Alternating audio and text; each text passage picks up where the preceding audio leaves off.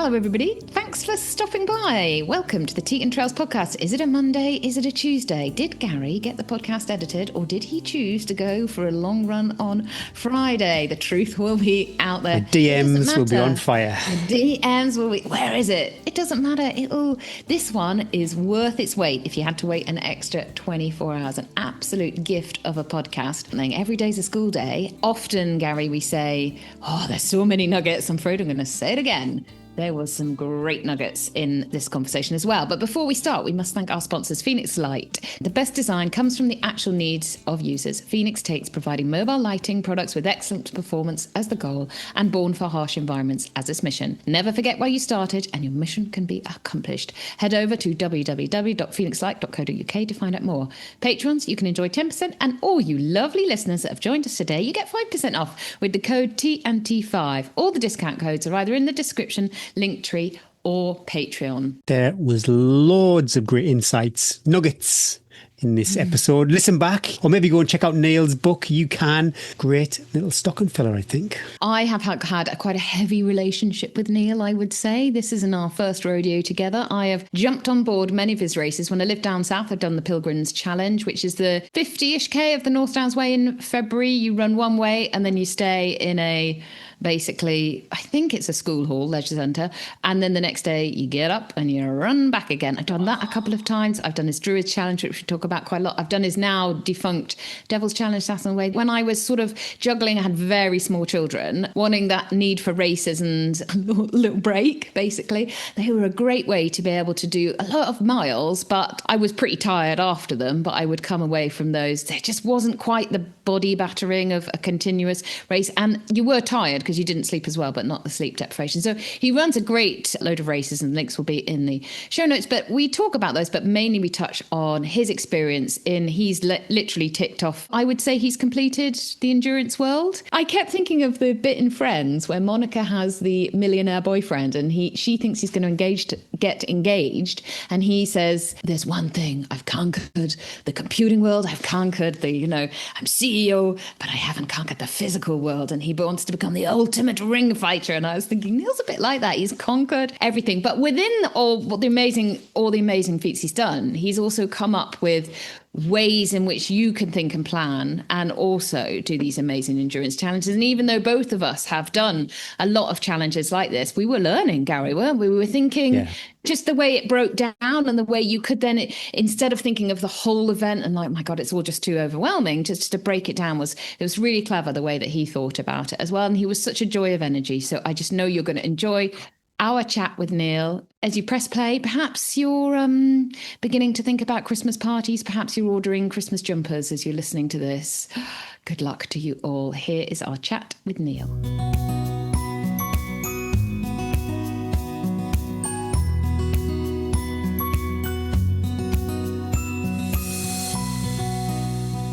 We were just talking about going to the gym, Neil. Do you go to the gym during the week, lifting weights? Yeah, so I said I'm fine today, and to be honest, I'm a bit drained because I did a high rocks class about 2 hours ago, and fantastic. So I am it just completely white. I'd rather do a 4-hour run than a 1 hour high rocks class. Are you going to do one of those events? Yeah, I did one this year. I did a couple of those kind of gym events this year. So I did a High Rocks event and I did a Metrics event. And next year I've entered as a single in a High Rocks event instead of a doubles. Oh, that's big. Can't argue with the body you get doing High Rocks. My goodness me. Honestly, if I'm honest about it, there is a little bit of motivation behind that. I'm 60 years old now and I want to try and keep myself as fit as I can for as long as I can. But no, I go to the gym, do weights 3 times a week, and then I do CrossFit and High Rocks as well. They had like the track on the gym and they've got the sledge. I was too scared to push it though. I saw it was calling to me. Today we were doing sled pushes, and there's some guys there that are in the pro league, and they're one of them was third in the world, who's in our group. Wow. And he was pushing 200 kilograms on the sled. I could just about move 120 kilograms. That's still loads. I think I can do about 80. It's just I can't get it. I have to push off the wall. Yeah. Get going. Yeah. Is there money in High Rocks then? Can you make a living if you want to? There's prize money. Yeah. Oh, yeah. Goodness, Gary, but there's more money in training plans. honestly, the amount of money people will pay to get trained to do a High Rocks event, and because there's thousands of people doing every event, Yeah. Even if you just make YouTube videos for High Rocks, there's just tons of money in it. They've got an event near us it's called Wild Hybrid, so it's a bit of a mix of running and CrossFit. Robbo's doing it with another friend, Paul. So I bet he is.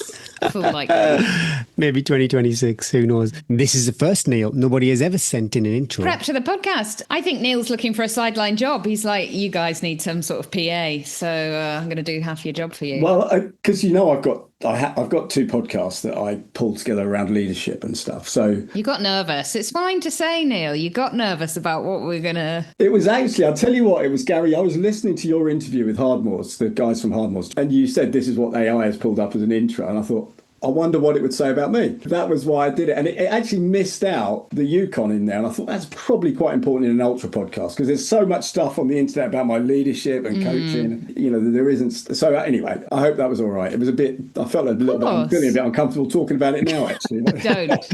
I normally feel, even though I don't create the AI intro, I normally feel uncomfortable reading it out to the guests. It's quite an awkward situation, but not to have you do it. It's made my job very, very easy. Okay.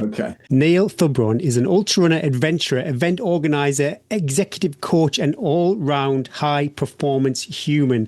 I don't think anybody has had high-performance human on an AI intro. That is fantastic. Rory would like to describe himself as that, I'm pretty sure.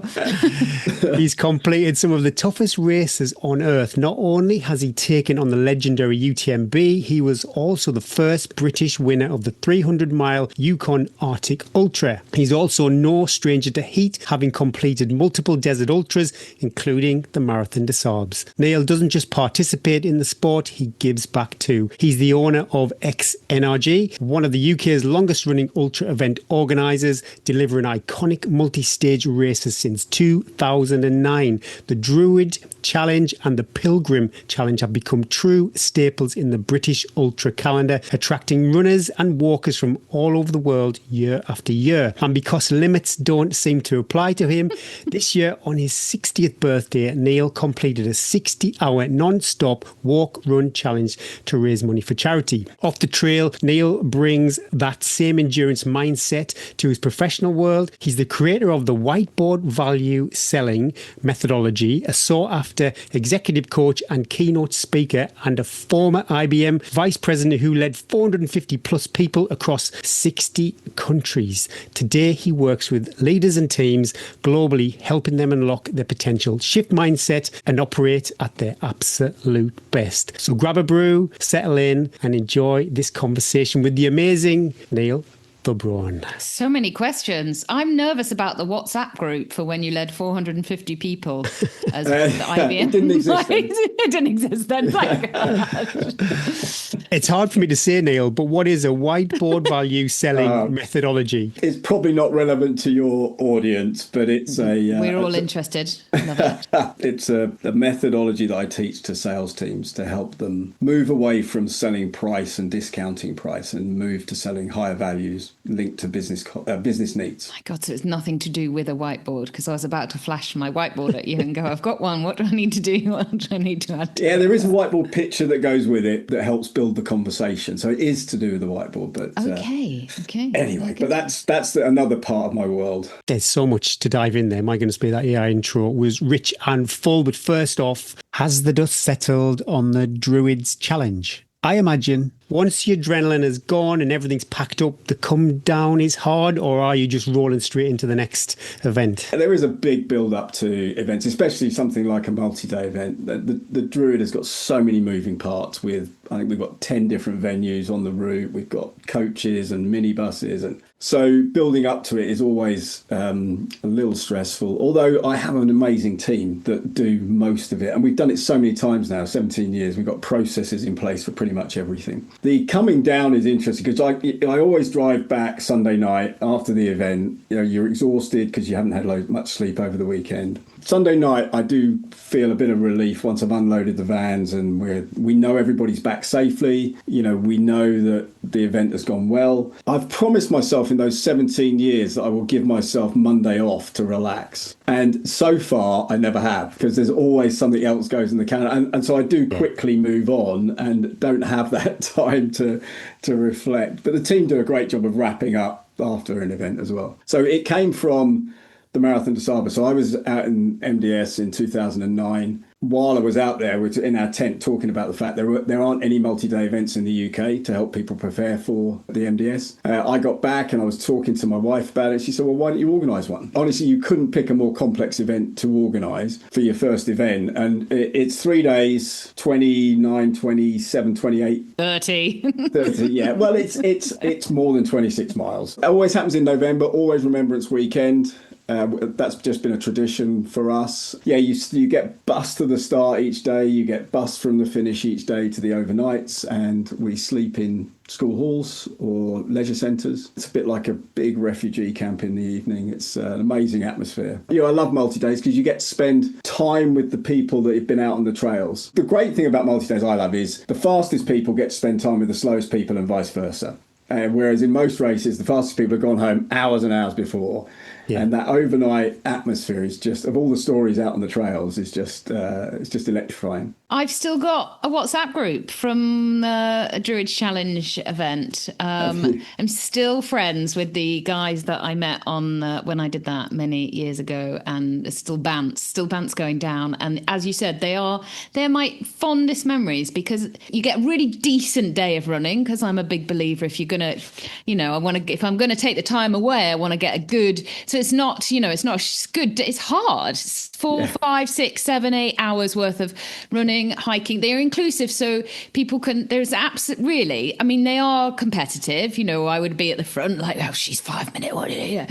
But there was very few of us really. Most people were there for the experience of the multi-day, clicking off those miles, and in a sort of supported way as well. So everybody's in the same, we're all sleeping in the sports hall. There's always the epic snorer or the farter. And you get a decent day's running. Then you get an amazing, is this still going, Neil? You get cup of soup. As much cup of soup as you can drink, bread rolls, you just sit. And I'll never, the happiest times is, I think because I had quite young children as well when I did them, is I'd come back, have a shower. Hot water was optional at that time. I expect it probably still is. And then you have got hours with you can just lie. You can have a little sleep. You can just go and eat. You can just sit around. There's nothing, nobody wants you, nothing to do. You just chat. And then you do, that's the dream. And then the same again the next day. And then the same again. And someone's just bussing you off and just going, off you go. Here we go. See you in about 8 miles, we're going to bring you loads of sweets. And it's the dream. It's the absolute dream. I think you're right, Eddie. You said I'd love it. By that description, I think I would. But you've kind of described the essence of multi-day events, because when I go away and do the desert runs and those kind of things as well. So I'm such a busy person. The thing I love is I just don't think about anything else apart from getting my trainers on and going out and running for the day. Then when I get back, just getting into that routine of eating, resting, chatting to your tent mates, get some sleep, up and do the same thing the next day. There's nothing else to think about. And it is just such a great routine to completely clear your mind of anything else that's going on in your life. So nice to be surrounded by people, because like I said to somebody when I did the spine a few years ago, I never saw another woman. Yeah. I never saw another woman for the whole race, even though they might be just a mile ahead or a mile behind, but you sort of you don't get to see anybody. Whereas you get all the stories in a multi-day, and you actually might make friends with somebody that you're not necessarily running with, but you see them, they come in and you say, oh, nice leggings, or like your trainers, you have a bit of a chat. And the way that you do them as well is that you set people off so that you pass people. And so you can have little chats with people on the trails, etc. So anyway, I'll stop the sales pitch because that's not simple. But I do absolutely love the setup of the races, and I love the whole ethos of the races. I think they're incredible. So, and I appreciate you saying that about our events. But I would encourage anyone who hasn't tried a multi-day to get on a multi-day, whether it's in the UK or abroad or somewhere. It's just a way doing what you love for 3, 4, 5 days. Depending on where you are in the world, you get to go places that other people never get a chance to see as well. Yeah. There should be more. Do you not think that, Neil? Gary and I say this all the time. Why aren't there more multi-days in the country? Because they are so great. And we've got so many great national trails, which, you know, got like the West Highland Way, the South Downs Way, the North Highland Way. But you've got to be really quite experienced to be able to run 100 miles, even 50 miles. But such a great pre-stepping stone, or if you just don't want to run that far, all in a oneer, is just to do a multi-day. So, and they are really hard. I remember hobbling down the steps. I can't remember which of the races was, very early in the morning, and you were up and you were like, "Oh, Eddie, are you all right?" And me being like, "Yeah, give me 10 minutes, I'll be fine." It's just, they are really hard. Like 50k a day, over 3 days, over some like Ridgeway. It's like rutted and muddy. Saturn's Way, hilly. Pilgrim's Challenge is the most pain I've ever been in on that second day, running out the sports hall, and you go straight uphill and being like, "Oh my God, how am I going to get going?" So I think people might look at them as like, actually it's an easier option, but it's that stopping and starting and then running that little bit faster on the trail is actually really hard as well. Yeah, couldn't agree more. I think, like you say, Neil, that's what I get away. My takeaways from these events. I've never done something like the Spine or the Yukon, where it's like such a long distance. So I've never ran multiple nights, but my experience of a stage event, you completely disconnect from the hustle and bustle of outside life just for those days. You've got the virtual Christmas challenge coming up too. That's in aid of Humanity Direct. How can people get involved? Yeah, what the relationship is with Humanity Direct, and what kind of work do they do? Yeah, no, and thanks for asking that question as well. So the Santa Virtual Ultra is coming up 1st of December to 24th of December. We've run it for many years now, actually. I think it started before COVID. People can enter through our website, just go onto our website. You get medals based on the distances you do during that time. So, you know, if you cover 50 kilometres, you get a 50 kilometre medal. If you cover 100 kilometres, you get 100, and so on. And there's a leaderboard showing how everyone's doing. And this year, what we're doing is we've got a moving map as well, tracking how we're doing cumulatively on our way down to Uganda, because Humanity Direct help children in Uganda have operations that they wouldn't be able to have without the funding. Oh my goodness. And so it's very specific, very targeted. There's a kid called Abdul, 17-year-old, who we are trying to raise £5,000 for in this particular challenge. He's got a growth on his face, which means he can't eat properly, and they need that money for the equipment for the hospital to have this operation. Humanity Direct are one of those small but amazing charities run by two founders. Every single penny goes towards specific operations. You can see on their website who you're helping. You can choose who you're going to raise money for as well. Oh, I love this. The founders fund everything. So the operation, to every penny raised goes towards the children who need it. So nothing's taken out for administration or overheads and that kind of thing. So that starts Monday, and it just records your Strava, usual sort of virtual things, Strava reading, feeds in, and you can see how you're doing. And then donations, an entry fee, and then donations. Oh, and there's a Santa buff we give away as well. So, a schnud type thing that everyone gets with their medal. My kids were going to do Markathon, where you run 5k a day in December. Yeah. So we've set that all up, and I was like, and they did say to me, "Why are we doing it, Mum?" I was like, well, get you out the door. We could add this on and enter this, and then it gives it such I love the thought of like actually working towards one thing as well. Yeah, that is lovely. We'll put the link on the Facebook page. We do get quite a lot of families enter. I came across them first in Humanity Direct first in 2015. Maybe it's 2014, but 2015 I raised money when I went to Yukon to do the Yukon Arctic Ultra for a little girl called Grace. And this is one of those stories that tears me up when I tell it. But Grace was a young, probably 7-8-year-old girl. She was born without ears, and she needed £4,000 or £5,000 to have the operations to put ears on so that she could hear, and then she could take part in normal life. That was my challenge, was to raise money for Grace while I was out in the Yukon. Whilst I was helping her, she was helping me. You go through those really hard times, and there are lots when you're out in the dark for most of the day and it's freezing cold. And a couple of times I did think, just remember why you're doing it, Neil. This is about raising money, and there are people following me on a tracker that are donating. And I had people pushing stuff out on social media, Neil's pushing on, raising money for Grace. So we did. And she had the operation. But the amazing thing was, it was probably 2 months, maybe 3 months after I'd finished, I got a video through from Grace. Oh, my goodness. Honestly. It was thank you, Neil, for my ears.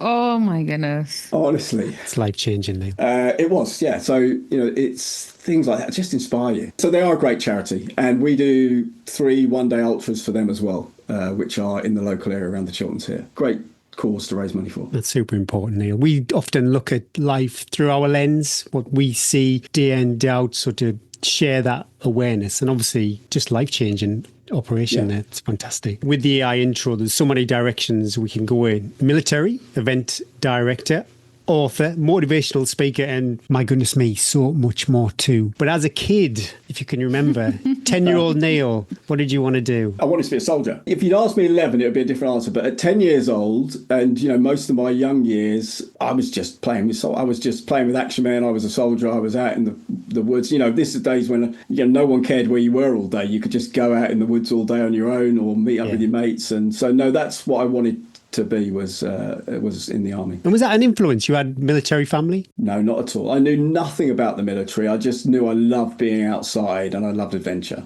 How did that lead on to then, perhaps, I'm not sure of the timescale of army, race director, leader figure, mentor, I joined the Army Reserves in 1988. And honestly, I knew nothing of this. This will make you laugh, actually. So I knew nothing about the military. I knew nothing about the army. I didn't know what a sergeant was or a lieutenant was or anything like that. But a mate of mine was in the Army Reserves, and he got to go skiing with the Army bobsleigh team every year, fully funded. And I was a massive ski fan, so I thought, right, I'm going to my local Army Reserve Centre. I'm going to join up so I get a free ski holiday every year. That was my reason for joining. And the first night, they took me out for a pretty hard run, and the atmosphere and I just loved it. And I loved being there. I loved being in it. I found I was actually pretty good at running around with packs on my back, through all sorts of weather and terrain and stuff. So that was kind of in my 20s. I was doing that kind of activity, and pretty much every weekend I was away. And I got to go to places like Botswana, Cyprus, to Gibraltar,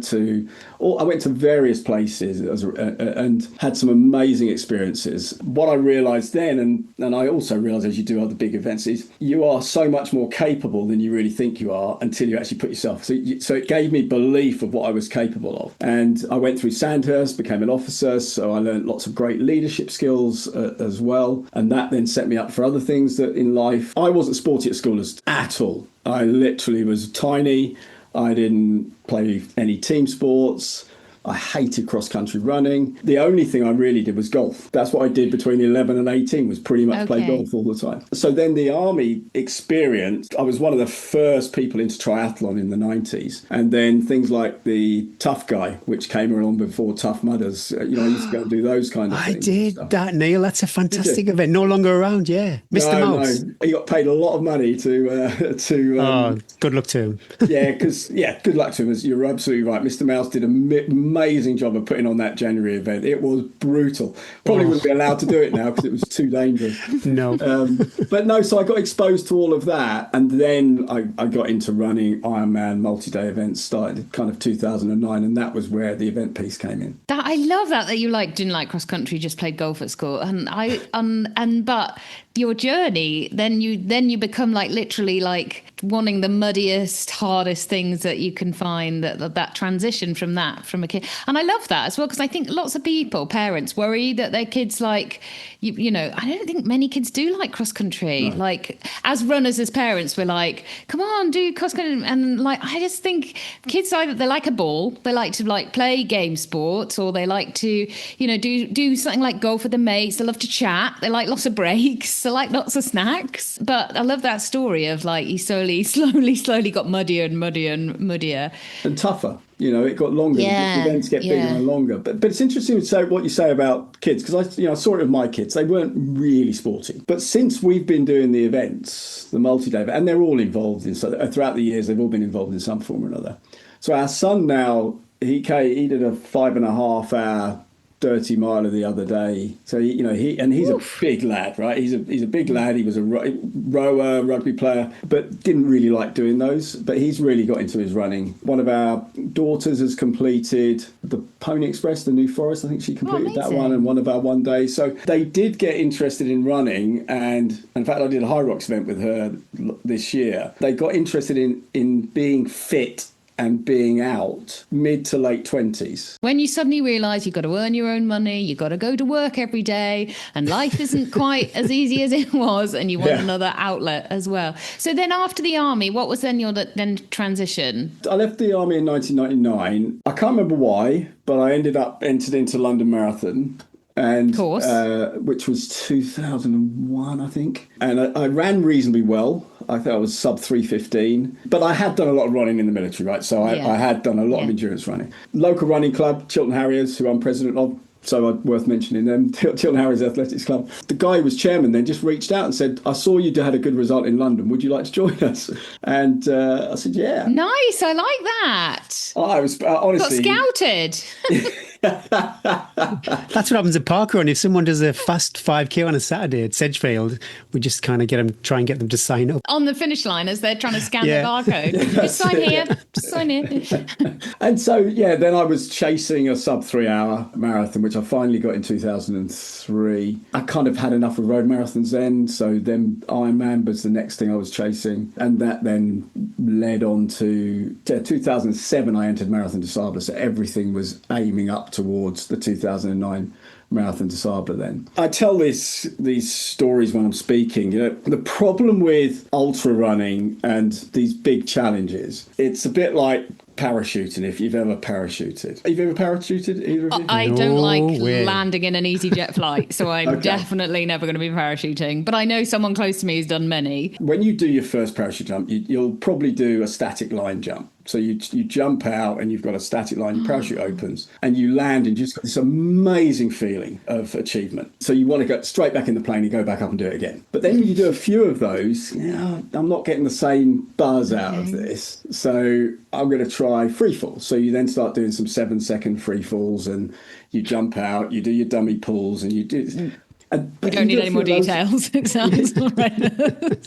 But you do a few of those and then that's not enough. And then you kind of go... Who are these psychopaths? Is this uni? Honestly, you lived in a place where they all used to flock They just did that every day. They just skied up.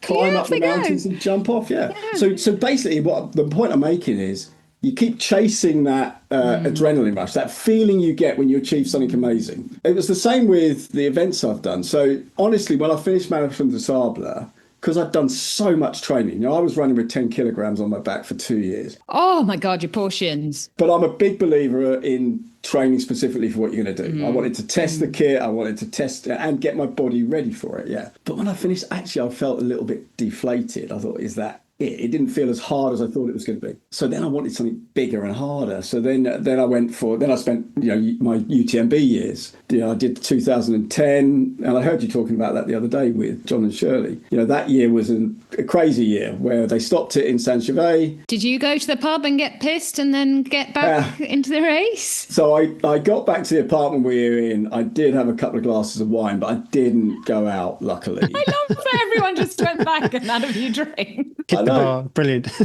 But we were soaked because it had rained for 4 or 5 hours. And so all my clothes were just spread all over the apartment. Yeah, no way I would never, no text would drag me back out to go, come back. It's really nice now. But it was like 4 a.m, the text came out. I just happened to, I was going to the loo or something, and I looked at it and oh my goodness. I had to put all my wet clothes. I said to Anna, look, I'm going to go to the start line. And actually it was a brilliant event. It was fab to do because there weren't many people doing it, Yeah, they couldn't do that now, could they? They'd be like, we're still waiting for another 34,000 people to reply to this text. And then 2011, I did the big one where they had to take us down to Martigny, and so I kind of did my UTMB, TTS, TDS, CCC years. That finish line feeling, just looking for more.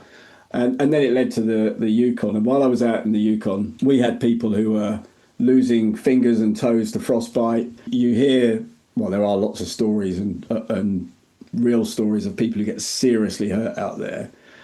In the year I did it, there were about 45 people started the race. And after the first 24 hours, only 6 of us were still going. Tell me the deets of this race. It intrigues me. Well, there's different distances, 100 miles, a 300 miles, and there's a 430 mile they do every other year as well. Which one were you doing? 300 mile. Okay. It's a fully self-supported event. So you're literally, you've got in your pulk, so you have a sledge that you're pulling behind you. Are you on skis or? No, so you've got a choice. You can mountain bike it, you can cross-country ski it, or you can run it, walk it. Okay. James Cracknell did the bike, and there is a documentary about him doing that, which was really brutal. So it starts in Whitehorse, which is the northwest part of Canada. You follow the Yukon River, which is frozen in February. Starting temperatures on the start line, minus 35 degrees centigrade. It's very, very cold, and you have to be really disciplined and really careful. The first night, and this is why so many people dropped out, it went down to minus 55. How do you even maintain any body heat in that? Moving's fine, and you've got the right clothing on. You've got really good thermals on, you've got good quality jackets on. If you stop, you've got to get down clothing on really fast. So you put your down jacket, big down jacket on, huge down jacket goes on as soon as you stop, because you will get bitterly cold straight away. Yeah. You have to have multiple layers of gloves so that if you take one off, then you never have bare skin, because bare skin you just get frostbite on it straight away. You got a mask that covers here. Your eyes are showing, but your hat comes down here. It's a big adventure race. And it's non-stop. So you're out there. There are aid stations where you can get hot water en route. One or two of them, they do provide some hot food as well. You also have a tent with you, and you have food with you to set up on the side of the trail. So, putting a tent up on the side of a trail in those temperatures is interesting. I had to do it the first night, and pegs don't go in the ground because the ground is harder than concrete. You really only have minutes to get the tent up and get in your sleeping bag before you're too cold. It's beautiful. It's an amazing environment. It's just stunning world that you're in. I've seen a little bit about your 7Ps purpose. I think that's number one. Yeah. So what was your internal, we'll get onto the 7Ps in a bit, but I suppose it's a good place to start actually. What was your internal, external why for the Yukon Arctic Ultra? Internal why is kind of what I've talks about a little bit, is that challenge, is knowing what you're capable of, is pushing yourself, which is what a lot of us want to do. Is how far can you go? Plus, I'm a big vision board person, so I do have lots of vision boards, and I had a vision board for years of an Arctic race, of a person in a race with a pulk. When the opportunity came up, it kind of just made sense to tick off that goal that was on my vision board. So there was an internal reason, which is something I've always wanted to do. It's push myself. Plus, it kind of identifies me as a person, that I do these things, that I push myself to do these things. The external reasons, one of them we've talked about, which was grace. That was a big driver. The second reason was, I know that what I do inspires other people to do more and push more. One of the key elements of my purpose, my purpose in life is to try and inspire and enable people to achieve more. And so by doing this and people following me, and I got so many emails afterwards from people, or messages on social media saying, we've just seen what you've done. I've just entered my first 10K. Fantastic. It's just, or it could be, I've entered the marathon. So that's a drive. That's an external drive for me, is it? And it keeps me going, right? When I'm struggling, when I want to stop, which we all do, that external reason of grace, I didn't want to let her down, and I didn't want to let down the people who might be inspired to do more with their life because of what I was doing. Yeah, you'd never know who's watching. We hear it week after week on the podcast. We just Twitter away to each other, and we get some wonderful kind of heartwarming emails from people who, we might have just given a little nudge, a little bit of inspiration along the way. I'm jumping around time-wise. Then 10 years after that, roughly, you did, let me just get this correct, I saw a big spike on your Strava, 142 miles. 60th birthday challenge. There's some symbolism obviously around the numbers. I'd just love to learn a bit more about that. So I was 60 this summer, and I wanted to do something to mark that occasion and to raise money for charity. I don't know why I came up with 60 hours. And to be honest, when I stepped off on Friday morning, I thought, why did I come up with 60 hours? But I'd done 40 hours in UTMB, so I knew I could keep going non-stop for 40 hours. So I thought, okay, 20 extra hours, I'm sure we can do that. Yeah, so I basically set off Friday morning, 6 o'clock in the morning. I had incredible support from people.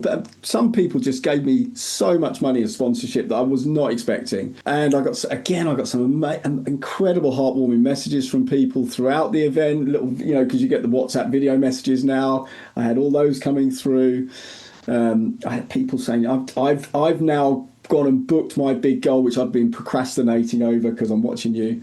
Yeah. But I started 6 o'clock on Friday morning and I finished 6 o'clock on Sunday evening. And it was mainly walking. It was the hottest weekend in the UK last year, unfortunately, because otherwise I might have done a bit more running. What I did was 10, 11-hour loops near where I live, following some of the 50k routes we have. And I kept coming back to the house and basically come in, grab some food, jumped in a freezing cold bath because try and get the body temperature down, and then straight out again. So I didn't sleep for 60 hours, but I did stop a couple of times, for food and drink and stuff. And I had people, because I had a tracker on me, I had people just suddenly appear in the woods and go, right, we're going to join you for the next few hours. Oh. Yeah.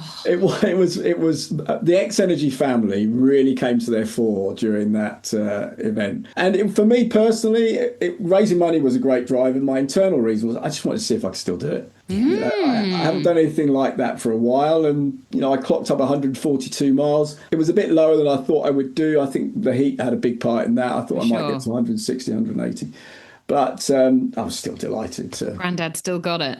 Granddad still got it. Yeah, I love it. I suppose my next question is, it nicely leads on to number 2 of your 7 P's, preparation. How would you prep for that challenge? It's so important in getting the events right. Honestly, I didn't prepare enough for that event. Edit this out, Gary. He is let us down. So I did go and do some some long walks. There was and I did a High Rocks event in the middle, which has got nothing to do with long distance walk. No, I was out in the Caribbean for a month, and I did do some quite long walks in the heat out there. Oh, poor you. I think you'd been prepping for this all your life, though. I think we talk a lot about building the endurance and stacking the bricks, and your body doesn't forget. When you've put it through you've put your body through what you've put through. I think you could probably, a little bit of training, turn your hand to anything still, because it's there. The muscles, the cells are there. The brain muscle is the key, and totally. Again, I've heard that on some of your podcasts. And the longer you get, the less it's about, this. It's less about the physiology and more about the brain. I think it probably gets to 90% and 10% physiology once you're past the first 20 hours or whatever. 10 miles. 10 miles, yeah. I want to just touch on preparation for a second. I think this is where a lot of people do go wrong when they're getting ready for events. And I used to run a UTMB seminar in the UK. One of the reasons we put it on, and we had Robbie Britton, who used to come along and support that with me, Tom Evans, Andy Mounsey, and we had a really good group of people come to the event and talk about it. And my focus in the event was about the mindset you need and how you prepare. And one of the things I used to really instill on people, if you're training for the UTMB, don't train for it in Norfolk. Don't train for it in the New Forest. You've got to get it out to the Alps. You've got to get into that specific environment. Put yourself through in training the worst things that you might go through in the event, whether it's going out at night because you're going to be running through the night. So why not go and practice it? Go and see whether your torch does what you think it's going to do. Make sure when you're running downhill, you're going to have all these shadows around you, especially if you've got someone behind you with a huge torch. Go and practice it. Go and do it in the environment, because then you've got a chance of succeeding. I always talk about investing in it. I'm like, you invest in your race entry, and people kind of think that then that's like, well, I've got the race entry, I've qualified for it. I'm like, that is just the drop in the ocean. And I'm afraid it normally involves throwing a little bit more cash at the problem but if you want to do the race, invest in whatever that looks like to get you to that start line. Exactly, say, having experienced. And if you do sign up for something like UTMB in the flatlands, then you can still do it. But you will need to invest in time, in money, in a gym membership, in all these. It's a challenge, but all those challenges, like you say, make them when you get to the start line, and then you find, you're in a storm on the first night or whatever. You're like, I've prepared for this.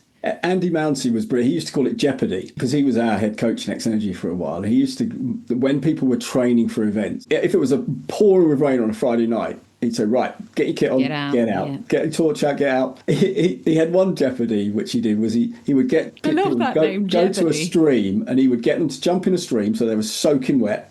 So, right, now carry on and run the next 10 miles.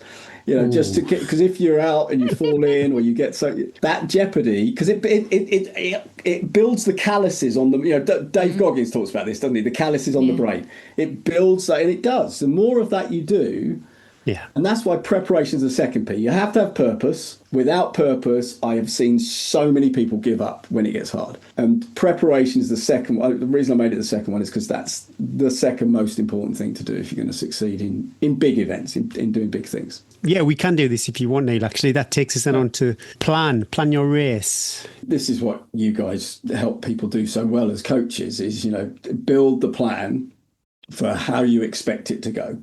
How you want it to go, how you're going to break down that, getting to that first aid station, or making sure you get to Contamine before you go up Bonon. Breaking the plan down so that you've got in your head a structured way that before you start and you believe in before you start is going to work. And it's true for everything in life, to be honest, is build the plan, build it in detail.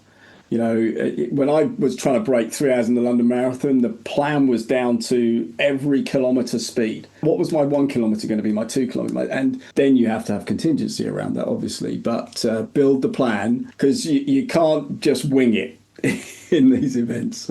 So that's why the plan is so key. I think especially the longer the race goes, the plan, that's super important. I'm not really too sure what you mean by number 4, pledge. Where are we coming from with that? Yeah, okay. You can see this in runners when they step across a start line. You see it in their face. You watch people walking up to a start line, especially if it's a big event they've never done before. They're shuffling up to the start line. Their eyes are down.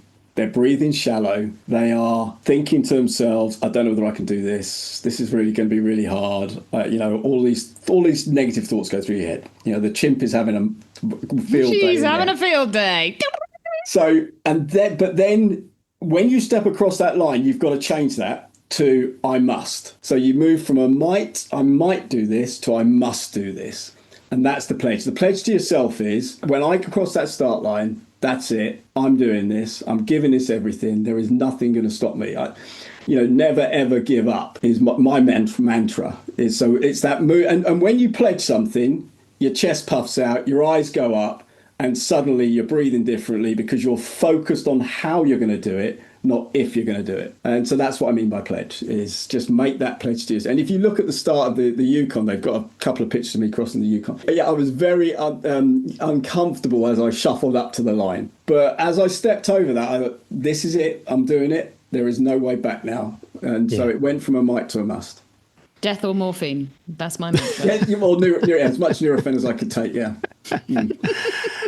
Perception. Is that like how you're perceiving things within the moment? Yeah, so the reason I put perception in there is because no plan survives contact with the enemy, basically. But if you keep ploughing on thinking it does, chances are you're going to fail. Like I said with the Yukon, because that's where these 7Ps came from, was when I was out, I had a lot of time to think on my own, so I came up with these 7Ps. Wrote a whole book, came up with this, my whole next career. Perception is basically notice what's going on and adapt. Got so cold that first night. I had a plan which was 2.5 hours of movement, then sit down for 10 minutes, grab something to eat, something to drink, then 2.5 hours of movement, then same again. That was too long. It was too long, and I needed to adapt that plan. So it was 2 hours, 10 minutes, 2 hours, 10 minutes. My intention was not to stop on the side of the trail until I got to 100 miles. I left the marathon mark around 4 o'clock in the afternoon. 2 o'clock in the morning, I still hadn't got to 50-mile mark. No idea where it was or why I hadn't got there. I found out later it's because it was so cold. The pulk was sticking to the snow. It just got exhausting, basically, pulling the pulk along. So I had to make a decision to put a tent up on the side of the trail. That was the perception of, you've got to do something different here because this isn't working. And, you see it in many, many events when I think this is where people talk about having that key goal in mind. What's your main goal? And then what's your goal B and goal C and stuff. But if your main goal is to finish, which should be 99% of us, like it should, yeah. It is our main goal to finish, because that is why we do it, to finish these big things. Time, place. Correct, yeah. And that wonderful feeling you get when you cross the finish line as well. So that's what you're seeking, is that emotional feeling. But I have seen so many people, especially things like the UTMB, I talk about that because that was where we used to run this seminar. If you're doing 2.5 miles an hour on that, you're doing well. That's not a bad pace. People go, yeah, it was dropping from 4 miles an hour down to 3 miles an hour because you got that run down the valley first, and then suddenly you got the big hill. And they get to Saint Gervais or Contamine, I'm just not at the pace I need to be at. and they'll pull out because they haven't adapted their plan to what's going on around them. So that's what. And the other thing about perception is, it's kind of like this constant mental dashboard that I have going through my head when I'm doing bigger. It's how, especially in the cold, it's how are my feet feeling, or in the sand. You know, are my feet okay? Because obviously, if you don't look after your feet, you're not going to finish the event. So No, are my feet walk okay? again. Yeah. How are my legs doing? When was the last time I had some water? When was the last time I ate something? Looking ahead, is there a way of cutting that corner off? Or can I, go on the inside here? Or is there a bit of a hill here, so I'm going to stay low?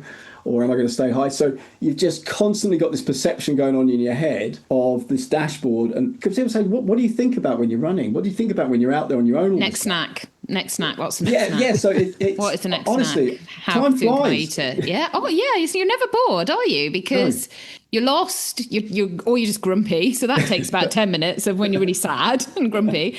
And then always, I think my perception would always be my dials on my dashboard. And what I tell a lot of people is nearly always you need to eat. You need to eat, and you need to eat more than you think you do, because the negative, the cold, everything is all led by fuel to the brain and the body.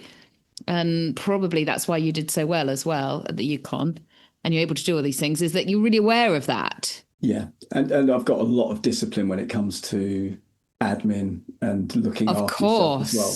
So, because that's where people do go wrong in some of these big events. They just don't have that discipline to look after themselves. Admin is not a place in China, which is one of our family's favourite. Is that a bad thing to say? Maybe. No. Could we go back to the Yukon? I'm fascinated. You said about that was the birth of, I suppose, of the 7Ps. Did you have like a mid-race epiphany? I did, actually. And it's actually the first 2 pages of the book. But basically what happened was I went through this first night and it was brutal. I got into the tent. I was telling you, I put the tent up. I was in my sleeping bag. I had about 2 hours sleep, 2.5 hours sleep. And I could feel the cold creeping in. Honestly, it was like death, a hand of death coming into the sleeping bag. I did not want to get out of that sleeping bag. I just wanted to stay there. But I knew I couldn't, so I pushed myself, got myself going. On the way to the 50 mile, I passed loads of bivvy bags on the side of the trail where other people had stopped and were sleeping. And when I got there was only 2 other people there. And I was really surprised that there was only 2 other people there. I had something to eat. I had no idea what was going on behind me. All I knew was what I could see. I had something to eat, and then I headed off. I didn't want to stop in the aid station. Worst thing you can ever do in any race, stop in an aid station. So I wanted to keep going. So I pushed on, and it was a very long straight trail, probably 50 miles straight, like a white trail. It was about 3 o'clock in the afternoon, and the sun was setting. So it was setting over to the left, but there were these mountains and the beautiful gold sun setting, and there was glistening on the lake to my right, frozen lake. And I just thought, how is it I keep managing to achieve and finish or get through these big challenges? I thought there must be a formula, there must be a structure here that I can help other people with. And that was the moment where I thought, I need to now work out this into a simple way that I could then share with other people. Behind me, what I didn't know was the field had been decimated, and it took them 2-3 days to recover everyone, because you could only take one person out at a time on skidoos. And there were these skidoos going past me all night, and I had no idea what was going on. I was just ploughing ahead. So that was the epiphany moment, yeah. Number 6 is pain. I think this is my favourite one. What can you tell us about pain? Which is funny for someone who's so motivational or positive to talk about pain. You're going to have pain in any event. You've got to have a pain strategy. So you need to have a strategy that you've practiced in preparation that you're going to then use when that pain hits. I'll give you an example. It was probably the 5th morning, just getting light, very grey kind of light. And I was really, really low. I was in a massive low. And I had an old iPod inside my pocket, and I had it inside because to keep it warm so the battery didn't go flat, with cables, not Bluetooth, to put in my ears. And that was one of my pain strategies, was I'm only going to put this on when I need it. And the first song on that playlist was Walking on Sunshine by Katrina and the Waves. And it just lifted me up, and I just started dancing down the track because there's no one else. Well, I didn't think there was anyone else around. There was actually a photographer around the corner that had taken a photo of me. So that was a pain strategy I'd come up with in advance. But what are the things? It could be just a chunk of chocolate that you keep in your pouch, ready for when you might need it, when you're feeling low. It just lifts you up. something that's going to boost you. The other thing I had a pain strategy was to talk to my wife. When you go through these low points, if you can talk to someone who believes in you more than you believe in yourself at that moment in time, that really lifts you up. I think it was the third night, I just got my tent up, I'd got into it, I got the sat phone up, and I phoned Anna and said, this is so much harder than I thought it would be. Can you pick me up? I'll drop you a pin. And it was, and I said, it's just so much harder than I thought it was going to. I don't know whether I can keep going. And she just said, look, you're doing brilliantly. I believe in you. Keep going. And that's all I needed to hear. And then I ploughed on and felt, I went through some ups and downs, but felt pretty good for the rest of it. So having that pain strategy is basically don't wait for it to happen. Know it's going to happen, and then have a strategy for when it does happen. Well, I wouldn't normally, like, mid-race. I'm off grid. I don't phone, I don't text, I don't do anything. Yeah. But maybe that sounds like a little strategy. It's got to be a carefully selected person, though. Yes. I think Lisa would just kick you out the door, though. She'd be like, get on with it, I'm not coming to get you. Oh, she'd be great to have a little chat with. I ring my oldest son because he's not interested. So he'll just tell me about his day. Are you all right, Mum? I'll say, yeah, I'm just really struggling. Can you just talk to me for 15 minutes? And he's like, all right then. So I had rugby, and then you never know what was for lunch. It was curry again. It just puts you back in the light. All right. Just snaps you out, doesn't it? Just snaps you out. Nobody cares. And then he's like, you're running all night, Mum. All right, I'll message you when I'm at the bus. Bye. And I'm like, oh, bye then. Brilliant. That's one.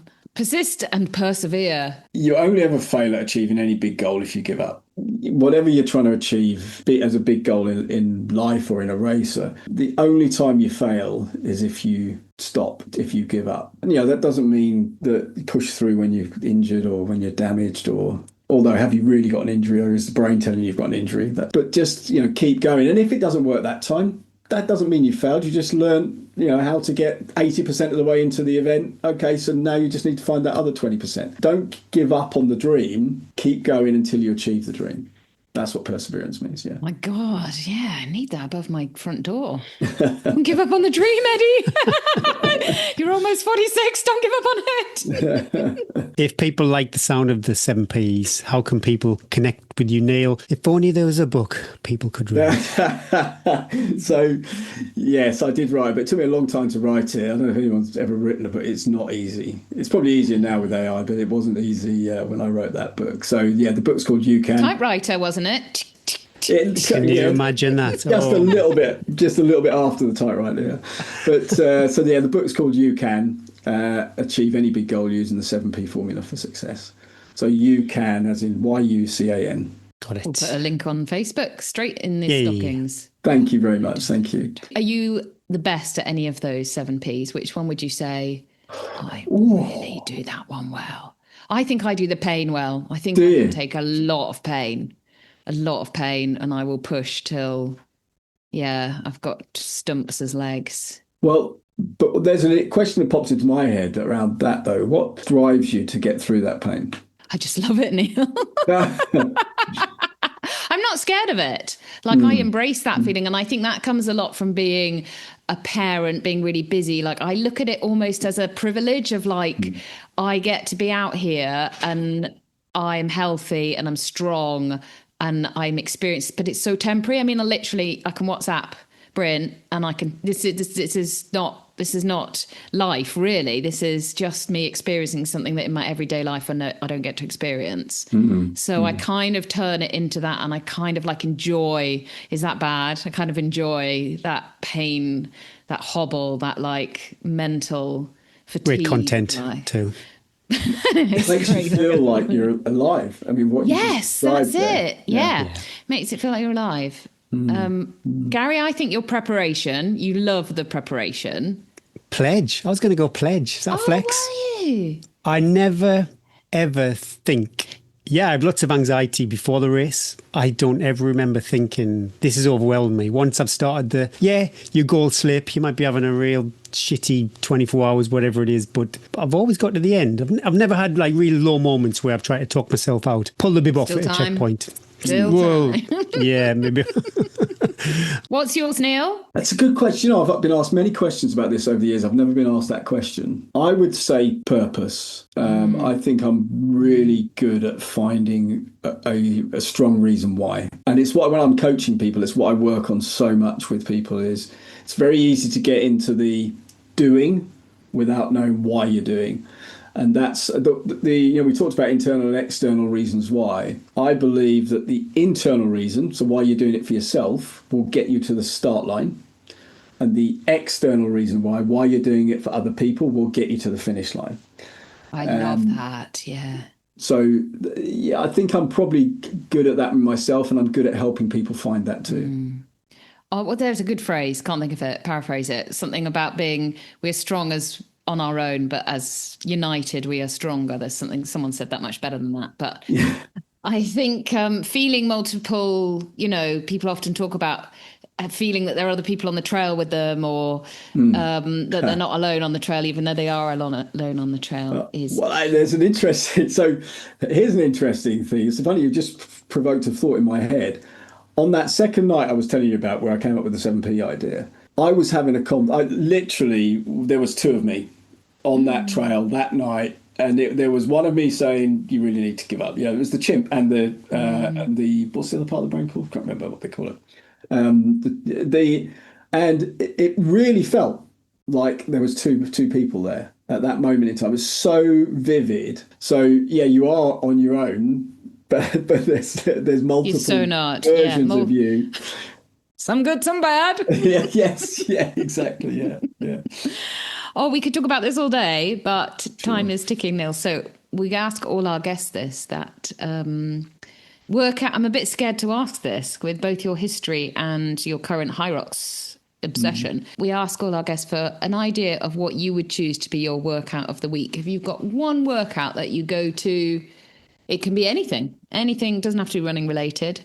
Yeah, so these, at the moment, because I'm doing a lot of these gym race type events, I love a really high heart rate, high intensity session in the gym.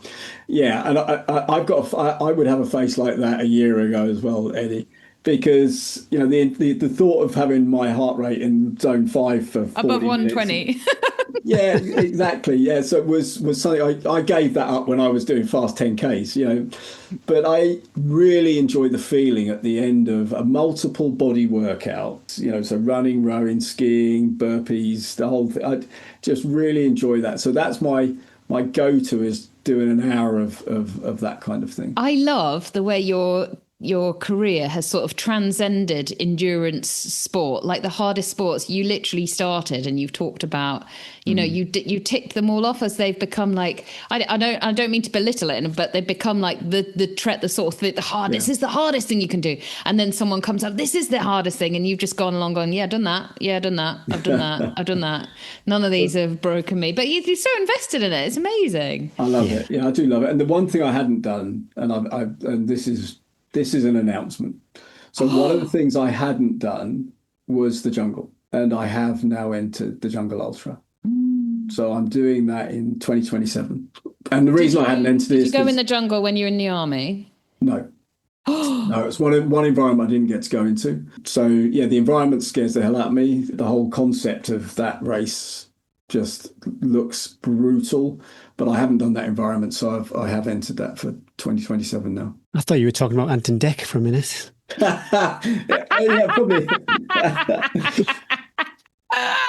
So that's 2027, but what about 2026? It's going to be Hyrox. At least one, if not two, Hyrox events. Yeah, and I always do some races in the Alps every year, because we go out to the Alps for all of August. So I'll always enter some foot races while we're out there as well. What's the sort of like Hyrox good? Do you have like good for age time that you're like chasing? So one of the reasons I'm pushed for Hyrox next year, I literally entered yesterday for London. I did it with my daughter in May. I had this mindset, which was, I'm pretty fit. I'm sure I'll be able to find doing this. So I did a little bit of specific training. We can all relate. Not enough.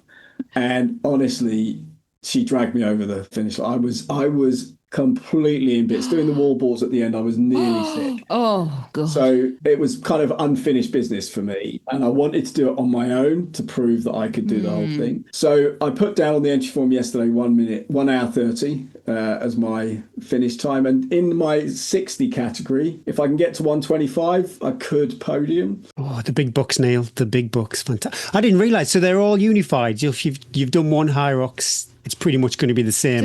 It's a set event, Gary.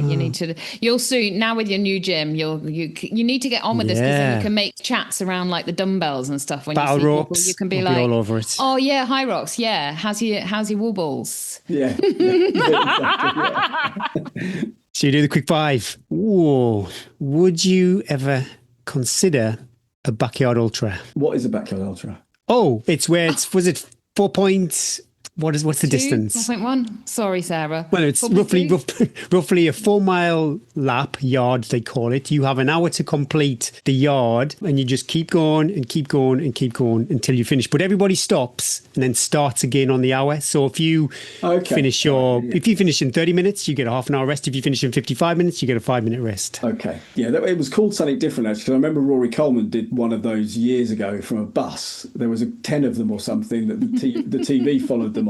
I never say never to anything, right? So if someone said to me, come on, let's go and do this and we could raise money for charity or whatever. 4 miles in an hour, flat terrain. Oh, it depends. You can get really hilly ones. You can get flat ones. You get really muddy ones. Yeah, it would probably have to be flat for me to make every hour 4 miles. But I think that, that sounds quite interesting. And especially if you're doing it as a group and there's all of you setting off every hour, that would be quite fun. I can see this would be a good... What was the world record? I'm blanking on how long they went for. Oh, goodness me. It's days and days and days. It just lasts. Oh, really? Oh, so you don't just do 50 kilometres, you keep going? No, you keep going. And then basically... We had Sarah Perry on, who is the women's world record holder, a couple of...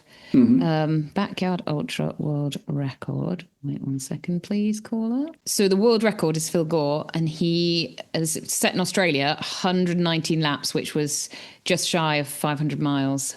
Woo, 500 miles. You've got your 7Ps, Neil. You'll be fine. Just plan.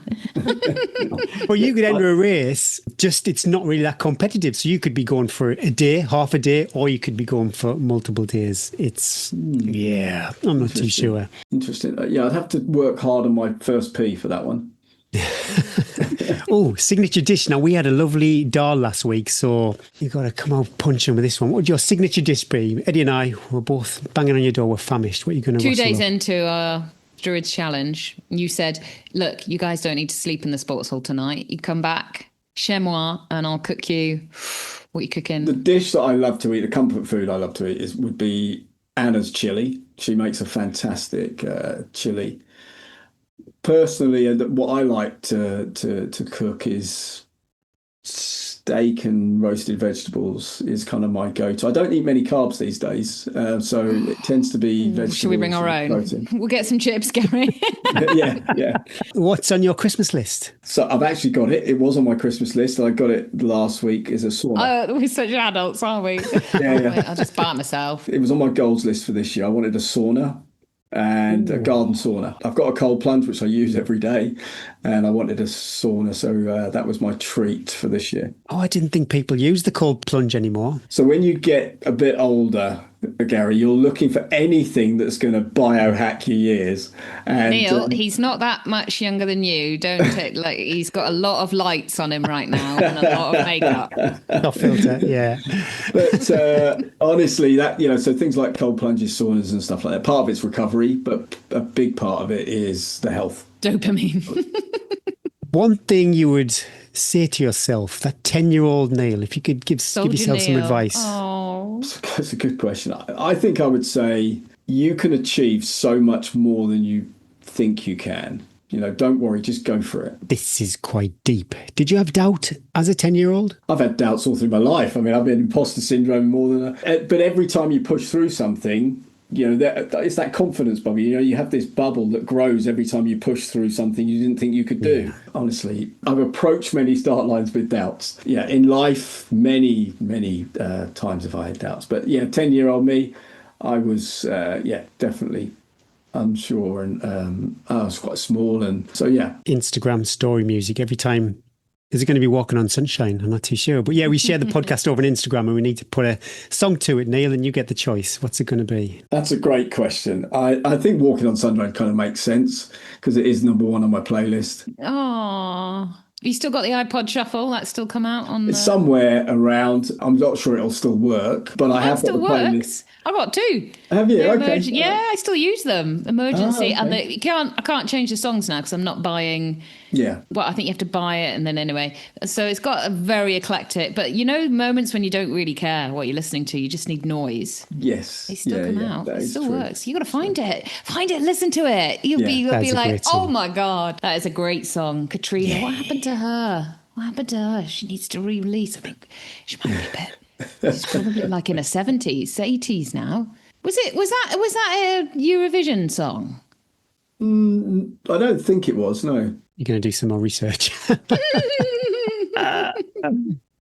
It's obviously, I don't want anyone to have imposter syndrome, Neil, but it is refreshing because after this hour's conversation, I would think Neil's got it sussed, and I wrestle with it quite often. We hear our guests wrestle with it. I'm sure there's people listening on their daily jog today and they'll have it too. So yeah, thanks for sharing that. Yeah, and I think be okay with it. There's two ways through it in my experience, and I coach a lot of very senior people who you would think there's no way they've got imposter syndrome. Firstly, push yourself outside your comfort zone on a regular basis. That helps you grow. The second thing is surround yourself with people who are achieving more than you, because as soon as you're in a group of people who are where you're the best tennis player in the club, you're never going to feel that achievement and you're never going to grow. So those are the two things I'd say. If you're the smartest person in the room, you're in the wrong room. Yeah. Oh, Gary. On all these nuggets, I've got one too. Katrina and the Waves, they did win the Eurovision Song Contest, but not with Walking on Sunshine. They won it with Love Shine a Light. Love Shine a Light. That actually wasn't that long ago. Bring back 1985, Gary. Neil, it's been a total joy. I definitely feel there's a repeat podcast here. Not many repeat offenders we like to have on, but I feel we've only just scratched the surface of what you've done in your life, but also what you could share, what you've learned, and the knowledge that you continue to share. We will share deets on XNRG races and your book over on Facebook. But thank you so much for coming on and just sharing a little snippet. I always feel a bit guilty that we've kind of like just we've just sort of like got you to share all this amazing life experience, and we're like, just tell us all in about 40 minutes. But you've done, I am sure, so many, like, we talk about nuggets on this podcast, but so many, I've written down on I have a long to-do list, and I've written Jeopardy, because I'm like, I just love that idea of like a Jeopardy session when you are training for something, always learning new things. So thank you for sharing just a little bit of what you've learned. And we look forward to your Instagram posts and your High Rocks. Do you do High Rocks like top off, Neil? What's the score? No, my wife won't let me do that.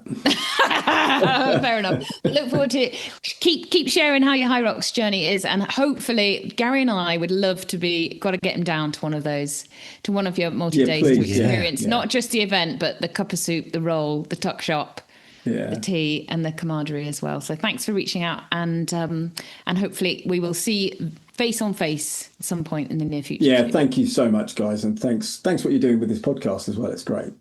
Oh, you're welcome. Thank you. See you soon. Cheers, Neil. Bye. Take care. Cheers. Bye-bye.